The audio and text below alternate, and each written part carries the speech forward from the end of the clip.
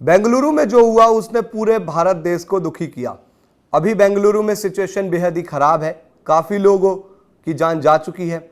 Numbers हम यही चाहते हैं कि अब ना बढ़े आगे। बहुत लोग अभी भी गंभीर सिचुएशन में हैं। उम्मीद यही की जा रही है, प्रार्थना यही की जा रही है कि वो लोग ठीक हो जाएं और वहाँ से अब जो लोग गंभीर सिचुएशन में हैं उनके ठीक होने की ही खबर आए, कोई और बुरी खबर ना आए। लेकिन सवाल ये है कि आखिर ये चीज़ें कैसे हुई, गलती किसकी, कौन जिम्मेदार है। तमाम सवाल खड़े हो रहे हैं, जांच की मांग की जा रही है। लेकिन जिन लोगों ने अपनी जानें गंवा दी अब तो वो वापस लौट कर नहीं आएंगे। इस बीच आप जानते हैं कि कंपनसेशन का दौर भी शुरू हो जाता है। पैसे दिए जाते हैं उन फैमिलीज़ को जिन्होंने अपने खो दिए इस हादसे में।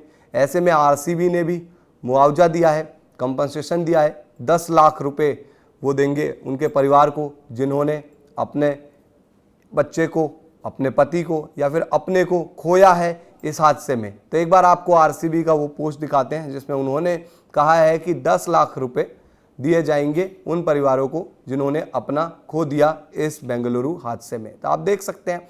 इसके अलावा आरसीबी का तो पोस्ट अभी आप लोगों ने देखा भी होगा सोशल मीडिया पर। और भी तमाम अगर हम बात करें तो कंपनसेशंस अलग अलग जगह से आ रहे हैं। उन परिवारों के लिए कंपनसेशन है जिन्होंने अपने खोए हैं। आप देख सकते हैं कर्नाटक स्टेट क्रिकेट एसोसिएशन, उन्होंने 5 लाख रुपए उन फैमिलीज़ को देने का वादा किया है, अनाउंस किया है जिन्होंने खोया है कोई अपना इस हादसे में। इसके अलावा बीसीसीआई के अलावा अगर आप बात करें तो प्राइम मिनिस्टर नरेंद्र मोदी की तरफ से जो फंड होता है और कंपनसेशन दिया जाता है उसमें तकरीबन 1 मिलियन रुपीज़ इंडियन रुपीज़, तो यानी कि 10 लाख रुपए वो दिए जाएंगे। बीसीसीआई हो गए या फिर प्रधानमंत्री कार्यालय की तरफ से तो विक्टिम की फैमिली को। इसके अलावा सीएम सिद्धारमैया, उन्होंने 10 लाख रुपए का कंपनसेशन देना अनाउंस किया है कि दिया जाएंगे। हालांकि सीएम ने यह भी कहा है कि भाई जांच होगी और 15 दिन के अंदर जांच के आदेश दिए गए हैं।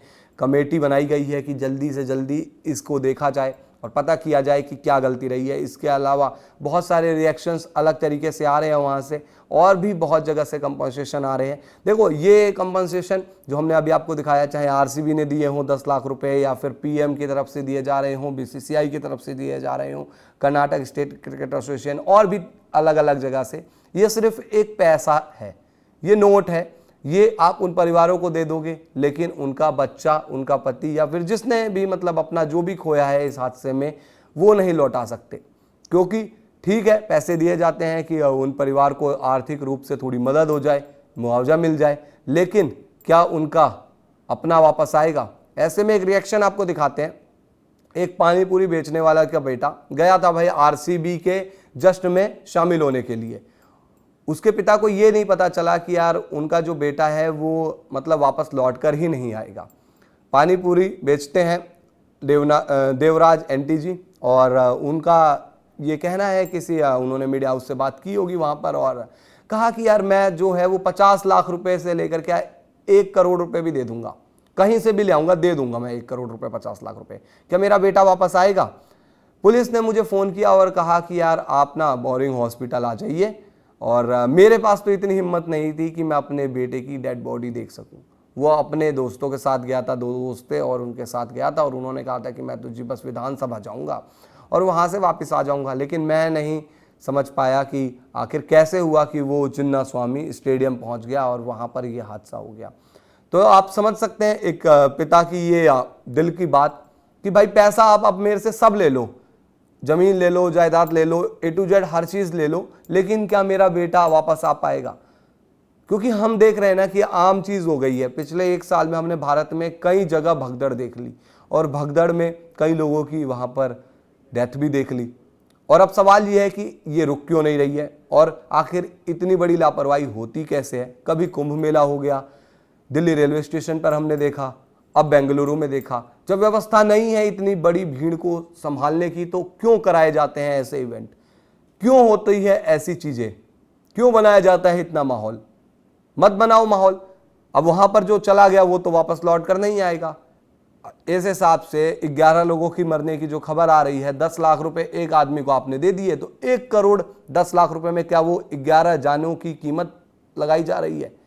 ठीक है अपनी तरफ से होता है कि आप एक फंड दे देते हो, कोई बात नहीं, परिवार को आर्थिक सहायता मिल जाएगी, लेकिन क्या एक इंसान की कीमत सिर्फ 10 लाख रुपए है।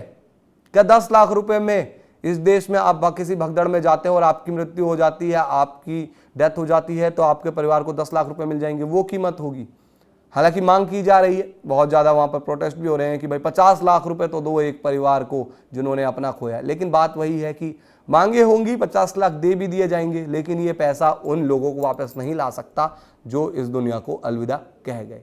सवाल ये है कि भाई सीधे सीधे जो जिम्मेदार है उसको पकड़ो कि आखिर ये हादसा क्यों हुआ, कैसे हुआ। आप लोग क्या इस पर रिएक्शन देते हैं? कमेंट बॉक्स आप बताइए, कमेंट बॉक्स में अपना ओपिनियन दीजिए।